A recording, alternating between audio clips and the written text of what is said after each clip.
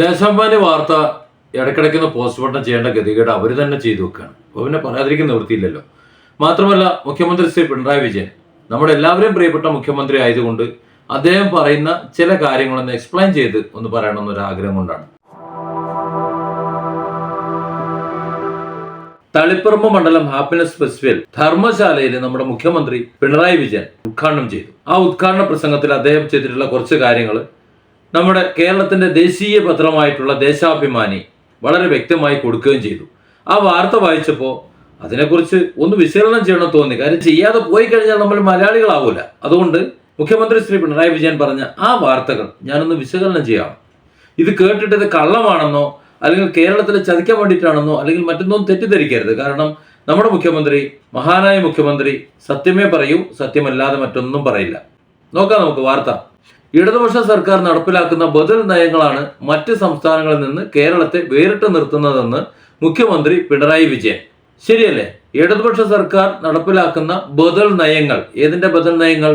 ഇടതുപക്ഷ സർക്കാർ നടപ്പിലാക്കുന്ന ബദൽ നയങ്ങൾ എന്ന് പറയുമ്പോൾ പകരമുള്ള നയങ്ങൾ എന്നാണ് മനസ്സിലാക്കേണ്ടത്. അതായത് എന്തൊക്കെയാണോ ഇവിടെ നടപ്പിലാക്കേണ്ടത് അതിന് പകരം മറ്റു ചിലതാണ് നടപ്പിലാക്കുന്നത് എന്ന് സർക്കാർ തന്നെ, അതായത് മുഖ്യമന്ത്രി തന്നെ പറഞ്ഞു വെക്കുന്നു. അതായത് എന്താണ് ചെയ്യേണ്ടത് അതല്ല ചെയ്യുന്നത് എന്ന് തന്നെയാണ് അതിനർത്ഥം വയ്ക്കുന്നത്.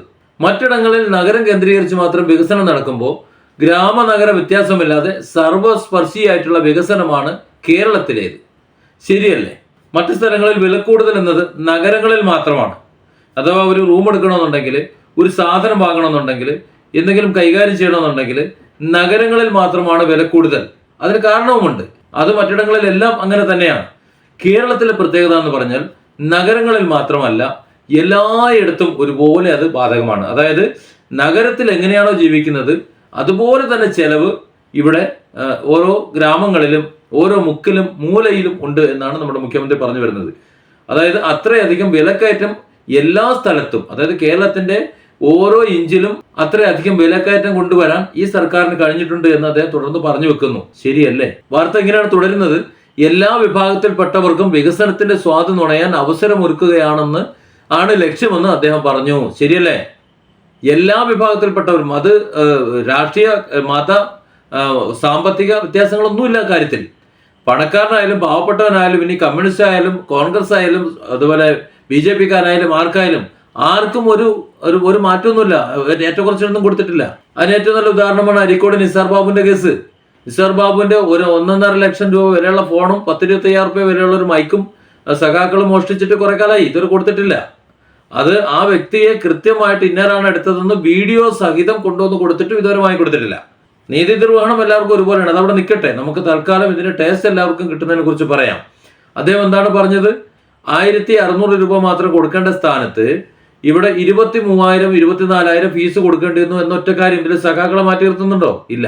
എല്ലാവർക്കും അത് ബാധകമാണ്. അതായത് ഈ കേരളത്തിലെ ഓരോ കുഞ്ഞു കുട്ടിക്കും എല്ലാവർക്കും ഒരുപോലെ ദുരിതമുണ്ടാക്കുന്ന ചില കാര്യങ്ങൾ ചെയ്തു കൊടുത്തിട്ടുണ്ട് എന്നാണ് നമ്മുടെ മുഖ്യമന്ത്രി പറയുന്നത്. ശരിയല്ലേ? നമ്മൾ അംഗീകരിക്കണ്ടേ? അതിൽ കേരളത്തിലെ വികസനം വളരെ നന്നായിട്ട് അറിഞ്ഞതാണ്. പലരുടെയും കടപ്പുമുറിയിൽ വരെ കുഴിയെടുത്ത് കല്ലിട്ടായിട്ട് നമ്മൾ കേട്ടു. ഇന്നിപ്പോ അങ്ങനെ ഒരു കല്ല് ആ ഏരിയയിൽ കൂടെ പോയതിന്റെ കാരണത്താൽ പലർക്കും കിടക്കപ്പുറതിയില്ല, ഉറക്കപ്പുറതി ഇല്ലാത്തൊരവസ്ഥ വരെ എത്തി. അപ്പോൾ ആ വികസനത്തിന്റെ കാര്യം ഓക്കെയാണ്. പിന്നെയുള്ള വികസനം എന്ന് പറയുന്നത് മറ്റാരെങ്കിലും ഒക്കെ കൊണ്ടുവന്നതാണ്. അത് അദാനി പോർട്ട് അടക്കമുള്ള മറ്റു പല കാര്യങ്ങളിലും നമ്മളത് കണ്ടതാണ്. ഇപ്പോ നരേന്ദ്രമോദി, ഗഡ്കരി അവരെല്ലാവരും കൂടി ചേർന്ന് കൊണ്ടുവരുന്ന ഒരു ഹൈവേ, ആ വികസനം പോലും നമ്മുടെ പട്ടികയിൽ കൊണ്ടുവന്നിട്ടുണ്ട്. ബാക്കി പറയുന്നത് ഇങ്ങനെയാണ്: രാജ്യത്ത് അതിസമ്പന്നർക്ക് മാത്രമാണ് സന്തോഷത്തോടെ ജീവിക്കാനാവുന്നത്. പട്ടിണി കിടക്കുന്ന മനുഷ്യന് സന്തോഷം അനുഭവിക്കാനാവില്ല. പട്ടിണി കിടക്കുന്ന മനുഷ്യന് സന്തോഷം അനുഭവിക്കാനാവില്ല. ശരിയല്ലേ അദ്ദേഹം പറഞ്ഞത്? ഈ രാജ്യത്തെന്ന് പറയുമ്പോൾ കേരള രാജ്യത്ത് എന്നാണ് നമ്മൾ ഉദ്ദേശിക്കുന്നത്. കേരള രാജ്യത്ത് അതിസമ്പന്നർക്ക് മാത്രമാണ് ഇന്ന് ജീവിക്കാൻ പറ്റുന്നത്. ശരിയാണോ? എല്ലാ സാധനങ്ങൾക്കും എന്താ വില? സപ്ലൈക്കോയിൽ സാധനം ഉണ്ടോ? കറണ്ട് ബില്ല് മര്യാദയ്ക്ക് അടയ്ക്കാൻ പറ്റുന്നുണ്ടോ? ഇപ്പോൾ ഇന്ന് ഒരു വോയിസ് കേട്ടു. ഒരു ക്യാൻസർ രോഗിയുടെ, കീമോ ചെയ്യുന്ന ഒരു രോഗിയുടെ 3 മാസത്തെ കറണ്ട് ബില്ല് അടയ്ക്കാനല്ല കേട്ടോ, കറണ്ട് ബില്ല് മര്യാദയ്ക്ക് അടച്ചു പോകുന്നതുകൊണ്ട് നിങ്ങൾ അഡീഷണൽ നിങ്ങളുടെ ഡിപ്പോസിറ്റ് ഇത്ര രൂപ അടച്ചില്ലെങ്കിൽ നിങ്ങളുടെ കറണ്ട് കണക്ഷൻ കട്ട് ചെയ്യുന്നു. അദ്ദേഹം പറഞ്ഞതെന്നറിയോ? നിങ്ങൾ കട്ട് ചെയ്ത് കഴിഞ്ഞാൽ പിറ്റേന്ന് ഞാൻ നിങ്ങളുടെ KCB ഓഫീസിൽ ഒന്ന് ആത്മഹത്യ ചെയ്യുന്നു, വേറെ മാർഗമൊന്നുമില്ല. ആ ഒരു അവസ്ഥയിലേക്ക് കേരളത്തെ ജനത്തെ എത്തിച്ചില്ലേ? അതായത് അതിസമ്പന്നർക്ക് മാത്രം കേരളത്തിൽ ജീവിക്കാൻ പറ്റുന്ന രീതിയിലേക്ക് ആക്കി. ശരിയല്ലേ പറഞ്ഞത്? അതുപോലെ പട്ടിണി കിടക്കുന്ന മനുഷ്യന് സന്തോഷം അനുഭവിക്കാനാവില്ല. സത്യമാണ്. ഇപ്പോൾ ഇവിടെ സാധാരണക്കാരൻ പട്ടിണി കിടക്കല്ലേ, അവൻ എന്തെങ്കിലും വാങ്ങാൻ കഴിയുന്നുണ്ടോ? അതിനോളം വിലയില്ലേ? വലിയ വില കൊടുത്തല്ലേ സാധനങ്ങൾ വാങ്ങേണ്ടത്. ഇവിടെ ജോലിയില്ല, ജോലി എടുക്കാനുള്ള സ്ഥാപനങ്ങൾ മുഴുവൻ സഖാക്കൾ പൊട്ടിച്ചു. പുതിയ സംരംഭങ്ങൾ വരാൻ കഴിയുന്നില്ല. ഇപ്പൊ കഴിഞ്ഞ ദിവസം കണ്ടില്ലേ, ഒരാള് കുറച്ച് ലോണൊക്കെ എടുത്ത് തുടങ്ങി, 19 ലക്ഷം രൂപ ലോൺ എടുത്ത് തുടങ്ങിയിട്ട് KSEB കറണ്ട് കൊടുക്കുന്നില്ല എന്ന്. ബാക്കിയൊക്കെ കൊടുത്തു. കിട്ടേണ്ടത് കിട്ടണം, എങ്കിലേ കൊടുക്കുകയുള്ളൂ. അപ്പൊ അതുകൊണ്ട് ഇവിടെ പട്ടിണി കിടക്കാത്ത ഒരു വിഭാഗം ഉണ്ടെങ്കിൽ അവരെയും കൂടി പട്ടിണി കിടത്തുന്ന ഒരു സംവിധാനം കൂടി ഇവിടെ ഉണ്ട്. അതാണ് നമ്മുടെ സഖാവ് ഓർമ്മിപ്പിക്കുന്നത്. അതായത് സ്വന്തം ഭരണ പരിഷ്കാരങ്ങളെ ഒന്ന് വിളിച്ചു പറയുന്നു, അത്രേ ഉള്ളൂ. തുടർന്ന് പറയുന്നത് ഇങ്ങനെയാണ്: അതിദാരിദ്ര്യാവസ്ഥ തുടച്ചു നീക്കാൻ കേരളം നടപ്പിലാക്കിയ പദ്ധതി ഫലപ്രദമാണെന്ന് വിലയിരുത്തൽ വന്നു കഴിഞ്ഞു. നിങ്ങളുടെ അഭിപ്രായം എന്താ ഇക്കാര്യത്തിൽ?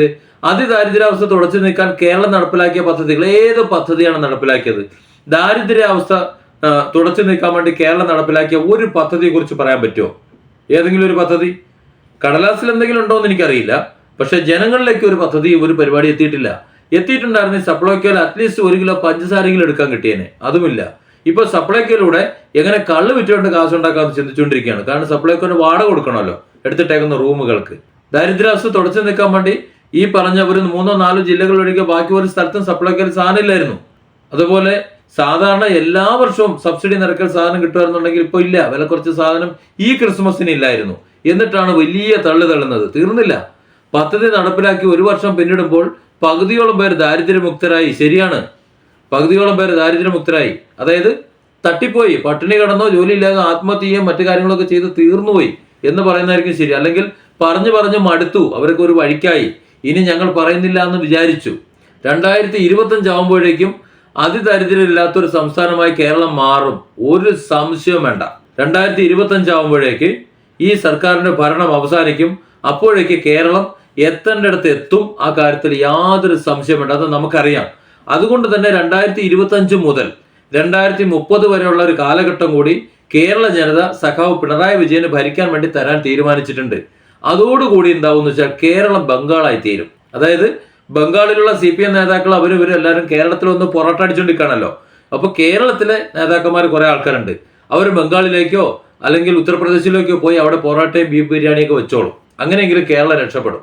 ഏതായാലും പുതുവത്സര തലേന്ന് 31-ാം തീയതി നടത്തിയ ഈ പരിപാടി, ഇന്നലെ നടത്തിയ പരിപാടിയിൽ സത്യസന്ധമായ വ്യക്തമായ കാര്യങ്ങൾ പറഞ്ഞു. ഈ ഒരു കഴിഞ്ഞ 2023 വർഷം പൂർത്തിയാകുമ്പോൾ ഒരു വേദിയിലെങ്കിലും അദ്ദേഹം വസ്തുനിഷ്ഠമായ കാര്യങ്ങൾ വളരെ വ്യക്തമായി പറഞ്ഞു. അതിൽ വളരെ സന്തോഷം. അങ്ങനെ ആ സന്തോഷം അനുഭവിച്ചുകൊണ്ട് പുതുവത്സരത്തിലേക്ക് കടക്കും. എല്ലാവർക്കും പുതുവത്സരാശംസകൾ.